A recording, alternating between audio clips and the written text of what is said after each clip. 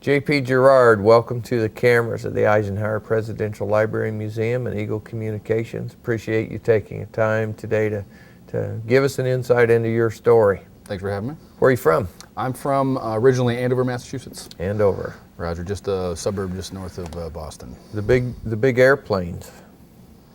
The big airplanes. I was training horses in Massachusetts in the first Gulf War, and there was a lot of big airplanes leaving Westover. Correct. I remember seeing those as a kid. They'd fly right over my house on the way out. I was younger then, of course. Big airplanes. Roger. Yeah. The C-5s looked like they were crawling across the sky because they're so huge. They did.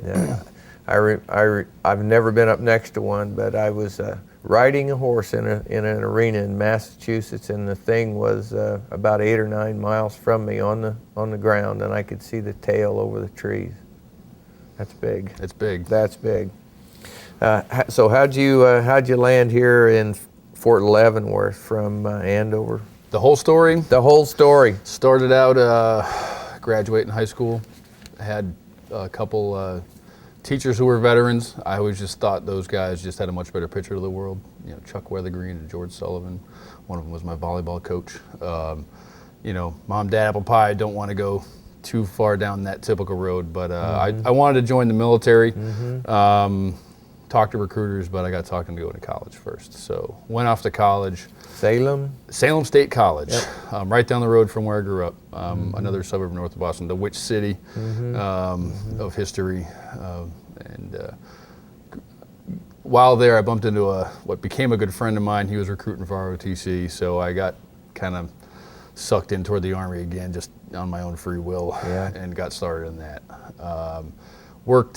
Worked a job as a security guard, doing some defense contracts when I finally got my security clearance through ROTC. Right.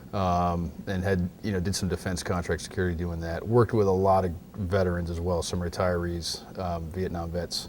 I can remember a guy named Jim Shuring, infantryman in Vietnam, and a guy named Alec Alexander, who was an artillery commander, battery commander in Vietnam. Just talking to those guys, weird hours of the night as a security guard.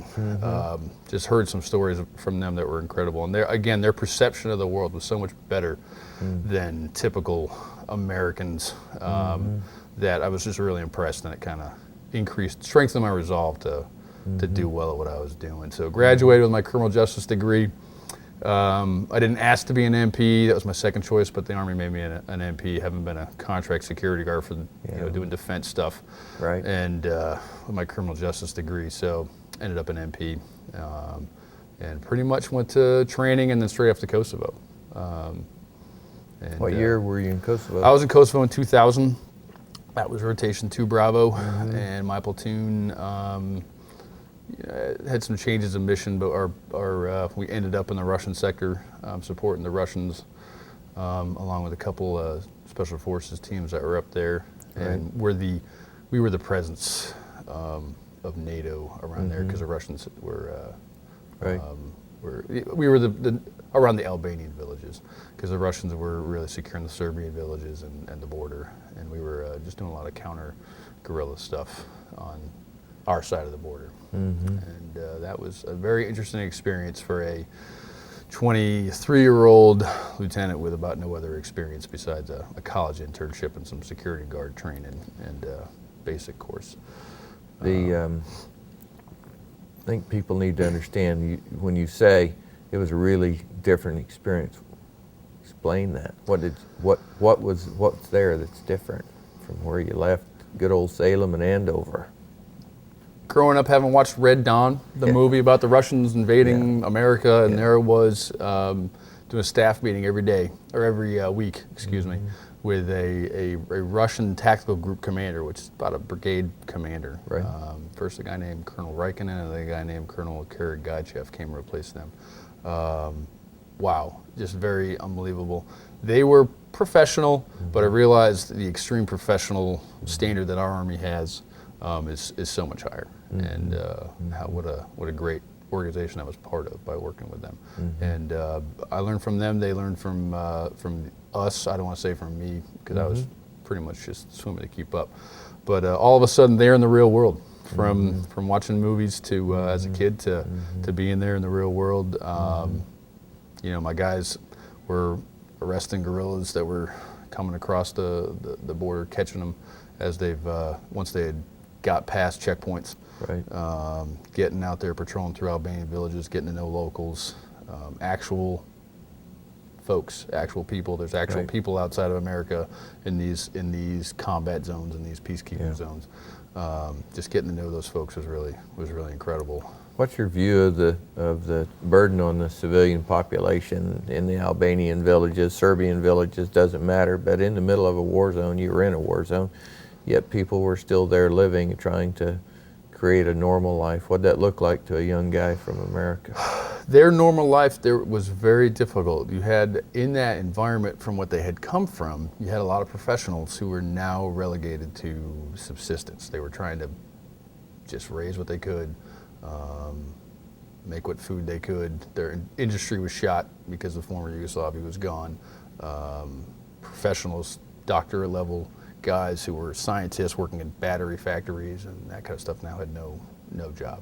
So everybody was now relegated to a subsistence lifestyle, and they wanted something else back, but they were used to living in a communism, so they didn't know where to go from there for the most part at the level I saw. Right. So they were just waiting for the government to get something going so that they could live. And in the meantime, you got Army engineers building roads between Albanian villages so they don't have to drive through a Serbian and vice versa, so that way these people aren't dropping on top of each other, and all they're concerned about is A, getting food on their table and clean water and some electricity to keep warm in the wintertime, and B, not getting beaten by the guys in the next village over, boiling over sometimes into them, their frustrations, trying to beat the guys in the village next door because they assume they're out to get them. It's just a really incredible environment, really horrible environment. Is there anything in the United States that would even fit in the same frame if there were movies? Wow. Of a life experience? In the history of the United States or now? Or Let's say in the current? history of the last 100 years. Anything comparable to that? Not that I can think of. I mean, really, nothing that really fully compares to that. We've had a lot of race, we've had some race issues. Civil Wars, you know, a little bit more than 100 years ago, so it's similar, Right. North and the South, Right. differing economies and all that stuff. But yeah, we've had race issues, and I never saw it. From my sheltered upbringing, very sheltered. You know, we were being taught from the day one, everybody's equal. We all love each other, and I was in a pretty affluent suburb where that picture can be painted. College saw a little bit, and then getting out there, didn't really realize how much people can hate each other, how deep rooted it is, and how that just doesn't go away for some people, and how really impossible it is to teach. So, race relations in the U.S. could compare. But it just never got to that point. We had a government that was based on equality that could start getting us through that. So, and our Constitution obviously talks equality, so it can start getting us through that. We all have the same basic values that to work off of, even though we're not practicing them. So we start heading that direction. These places don't have anything like that. Do you have family in Albania? What's that? Do you have family No. in Albania? No. Serbia? No. No. So what's a nice young guy from Andover doing over in Albania wearing a U.S. military uniform? Trying to, wow, that's a tough question to ask. Trying to spread some of that value, that what we accept as our as basic human values, as human rights, and human rights not happening over there. there's a lot of discussion about how far we should spread our values and to what level, but there's a certain point that's unarguable that there's human rights, there's basic human rights that are agreed upon internationally. And everybody you talk to, if you talk to an Albanian, they believe in those human rights. Talk to a Serbian, they believe in those human rights. Talk to an Iraqi, they believe in those human rights. But in practice, it's just not happening. And some don't believe in those human rights. And they're out there in all those places. And they're in the United States as well. But it's not as pervasive as it is there. It's just been left uncontrolled, unchecked, and it's been encouraged by governments and leadership. And so we're there trying to create a secure environment in those areas with human rights as the basis. In so doing, also spreading some stability around the world for our own interest. We do have interests everywhere. I mean, we don't want to let some part of the world become out of control because eventually it's going to affect us. So there we are. Call us imperialists, call us imperial grunts. I can't remember who coined that term. Call us all those things. But we're out there trying to create some stability in places where there's just obviously not stability, where that hammer is needed, or the threat of the hammer is needed in those areas. What did the Albanian people say to you when you were on your way home? Surely you got to know at least a few faces. Yeah, some of the folks just, some folks just preached love in America and thank you. A lot of it was thank yous. I got some going away gifts from one guy the second time I was down there. And we just kind of hope for peace. And the Albanians wanted a free and independent Kosovo. So they were just all about that free and independent Kosovo, which has pretty much come with some of the new resolutions that are out there and some of the new things that have happened down there. I don't know every specific of that declaration or their independence that they have now, but that's what they wanted, and they seem to have gotten it. So that's what they wanted the whole time. What they do with it is up to them now. At this point, I mean, everybody's got their own future. Everybody has some input on their future.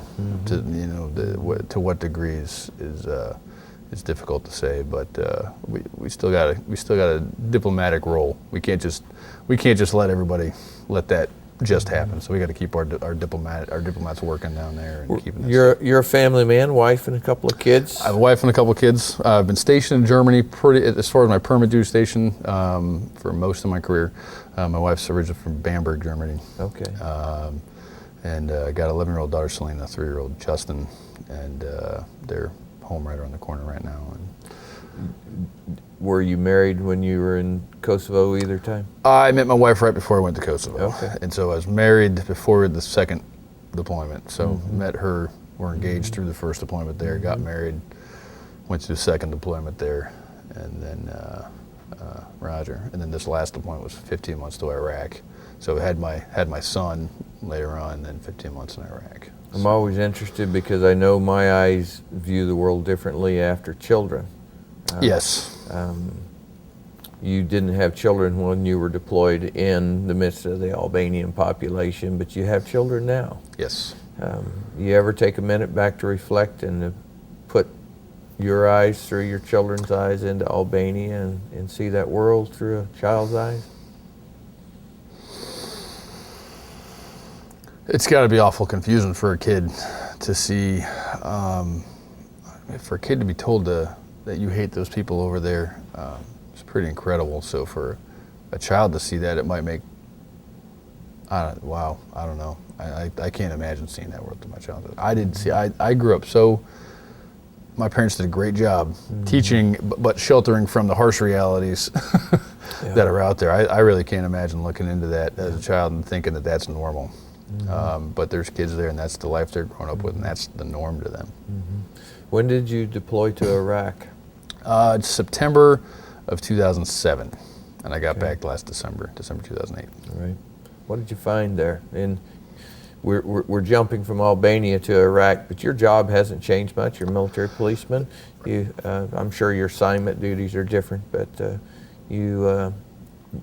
both places, military police play a huge role in working with the civilian or the other equivalents in the Iraqi police force. I'm certain you had probably some of that duty, but I guess what I'm asking is, you get to be among the civilian population a lot in your job. What'd you find in Iraq? What did you see? I found a very similar situation as far as cultural differences. They were different, but there are commonalities. Kids are kids. There's folks who don't want the craziness. In Iraq, the difference was the resolve of the insurgents against the coalition. And in Kosovo, you still had forces that were out there that were still operating as guerrillas against Serbia down in Preševo Valley, all that stuff. But they did not want NATO to leave. They did not want KFOR gone because that provides security back home. Right. And the Serbian activity was happening over in Serbia, so there wasn't too much of influence, except for civil disturbances from the Serbians inside Kosovo. You get to Iraq, and you had a much more violent against the coalition, what they view as occupiers, insurgency happening, not just civil unrest. So there was civil unrest. I was in a very Sunni oriented area in Tikrit, Iraq, which is Saddam's hometown. And so you had a previously affluent community, very they were taken care of by Saddam, and now they have lost most of what they have, and they're still proud Sunnis, and they are not looking to lose their power in Iraq, although they have. So it was a very interesting dynamic. And in that area, you still had insurgent activity occurring. So it wasn't they stopped hiding and supporting Al-Qaeda directly. However, in the towns, there was still an element that was trying to just disrupt everything we were doing.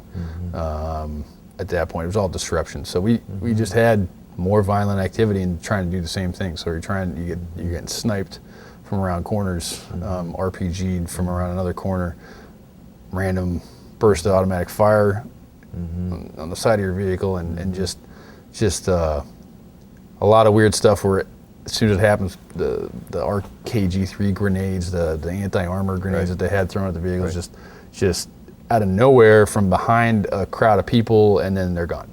So it was a very small insurgent group, but they had their effect, and we had to try to defend ourselves against that while not letting it deter what our missions were, and that was to stand up a legitimate Iraqi security force at that point. Right. So we're trying to legitimize these Iraqis and get the responsibility for countering those guys with more Iraqis and running operations with them, trying to push them to do operations, trying to get to the point eventually where they're doing the operations. I've heard by the guys that replaced me that they're at that point, but when I left, we were still doing everything with them. Every raid we ever did was with some Iraqi security forces. And in so doing, we had the whole time to not forget that the center of gravity was people. The people were the center of gravity, just the attitudes and what everybody thought of us and what did everybody think of the coalition was really the center of gravity that everybody had to go for. So the coalition forces that would react violently to an attack got attacked more. The guys who would go out there and try to find the insurgent who ran through the village and lock everybody up, those guys continued to get attacked more. Elements that would just secure themselves, ask people the questions, investigate what just happened, and not react violently to these little minor attacks, we stopped getting attacked. Is that right? That was right. And folks that would, and I responded to some situations where these guys would get blown up, go find out, try to get over there to help, and find out that they've hogtied whoever was around, and I didn't see anybody hogtied, but just detain everybody that's around, separate the women and children from the men, lock down the town, lock the street up, trying to find this guy, and they'd never find anything. And then those are the same guys that the next day got attacked. They recognize us as people too, so they know those guys have a weakness. They know we have a weakness. So those. Pretty interesting. They were trying to get us to react against the population. Pretty interesting classroom to be in, right? Yes. The middle of the street in Tikrit. Where a bomb's just gone off, where grenades just got thrown. And you learn that what the military machine is built for, maybe not your best tool that particular day. Correct. That your negotiation skills are And probably. it's a learning process. I came into Iraq a little bit later. I'll tell you, if I had been in Iraq earlier, like some of these guys that were acting like that, I may have acted exactly the same way. Sure, absolutely. But it's lessons you bring back and lessons you talk about, so before you head down there, hopefully you're not making those same mistakes. That you understand as you head down that the people are the center of gravity in these counterinsurgency operations. Can tell you a lot about whether we should have gone to Iraq, but the destruction of the state was the mission at the time, so that happened. Right. But now it took us a while to do to readjust, to focus on the new center of gravity, which was the population. One of the values, Jake, is to have you sit here and to tell people that you saw, you analyzed, you changed tactics, and that those people are important to the American military. And your units worked hard to preserve the peace for those people, including not using tactics that might have seemed like they were more defensive. We don't get that news much on the Channel 5 or 4 or 3 or 2 or 1 or anybody else, but it's important to listen to you say that. Oh, yeah. I mean, we try to learn.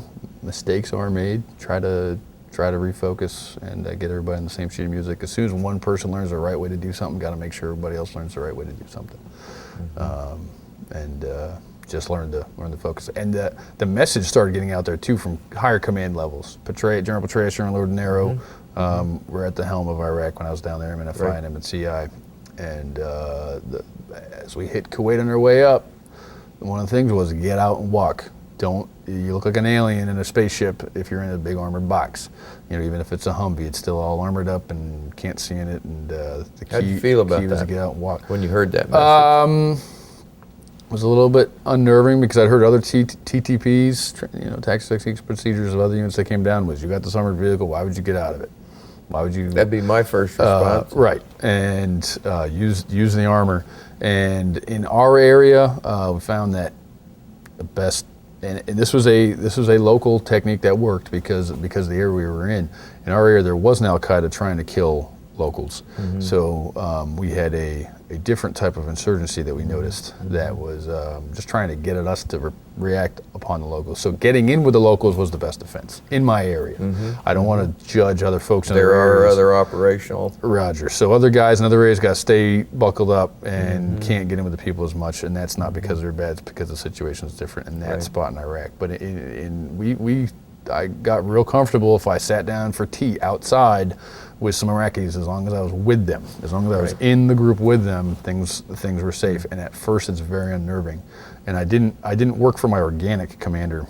The guy went down. I got tasked out to go work for another battalion commander when I got down there. So my commander wanted to go out with us one day, and it was his first time really getting out into the city. And when we sat down to have tea outside in a used car lot, he knew it was the right thing to do, and he sat down with me, but I could feel his nervousness, which was like my first day getting out there. I'm sure it would have been the same way for me. And but sitting down talking with these old guys, these guys who have influence on the population, it seemed the biggest influence on the population you get out of was the young kids and the old guys. So those are the folks that would talk to us, and it had a great effect. So sitting down talking to those folks. If you're going to complete this course about June, something like that, right? Yes. Let's just say, for the sake of discussion, you get orders to deploy to Iraq or Afghanistan, wherever they need you, but the mission would be very similar. Your orders would say, okay, we're going to go try to make those same positive effect on the civilian population by dismounting and walking, meeting with the locals, influencing their view of your security presence there. Is that a mission that you think that you'd have a positive view of tomorrow? Yes, if that's a great level to be at. If it's not, if the other option is all out unlimited war, we just don't want that. So, as a military policeman, when I first came in, the big deal was we're the force of choice, because it's the thing you want to say. You'd rather be doing that. That's the choice you'd take over all-out combat, where you're not really too considerate of the population, where maneuvers the number one. The objective of the destroying a state is the objective. You'd rather not be at that level. Now, as a soldier, that's arguable, because some folks say they'd rather be at that level because the rules of engagement are clear. It's easy. I know what my objective is. I go destroy and come back. But you don't really want to be at that level. So even though it's more difficult because there's more gray areas of rules of engagement and self-protection and what the operation is, you'd rather be at that level. I'd rather be at in general, you'd rather be at a point where you have a target, a individual that's an insurgent, and you go to raid their house, where you just don't go in shooting everything. In some environments, you're going to have to do that, and you're going to be killing kids. You're going to be killing folks not involved. You're just going to be killing everybody. You just don't want to be there. I don't want to be doing that stuff. In retro, it's America easier. doesn't want to be there either. No, right? I think that's why I'm allowing you to sit here and to tell us that, because the people that will listen and watch will see your flag on your arm, your uniform, and J.P. Guerard today for this interview represents the American military, and we know you're speaking your personal opinion, but it's also, people can take this, J.P., and look at it and think for themselves that the American military is trying to do the right thing as best we know how and have ability to stabilize these populations. And information-wise, the enemy is trying to make it look like we're not, and we're not as fast at trying to make it look like we are. So there's a whole information war out there that we are not necessarily winning. That we understand is there, and we're doing things, but we try to vet information, try to double check our facts, where an enemy with some information will just try to automatically use it against us. Yeah. So a liar has no need to verify his information. Roger. Yeah. Right. I did have a battalion commander. My battalion commander that I worked for, Colonel Ryan, did a radio show. To counter that, he did a radio show in Iraq, in Tikrit, where he was allowing local Tikritis to call him up and ask questions on the radio, kidding. and he was answering them pretty honestly, surprisingly honestly sometimes. Making his superiors a little nervous that he was giving such honest answers sometimes. But that information was so crucial to the success I think we had in that area. Just a radio show. This nutty, combat-oriented, just get out and shoot 'em up kind of guy. He really was. He was a special forces guy. Just all of a sudden had, as crazy as the guy was, sometimes it seemed he really, with that one thing, and just being able to understand that he could just push that information button, is just that as a tool was incredible. So we're doing that stuff and trying to get the right thing done. Well, I so appreciate you spending some time on camera with us to be able to help at home. That information war is alive and well here too, and you've done a great job of representing yourself and your mission, and I sure appreciate the time to visit with you. Thank you very much for having me. You keep in touch. Will do. Thanks.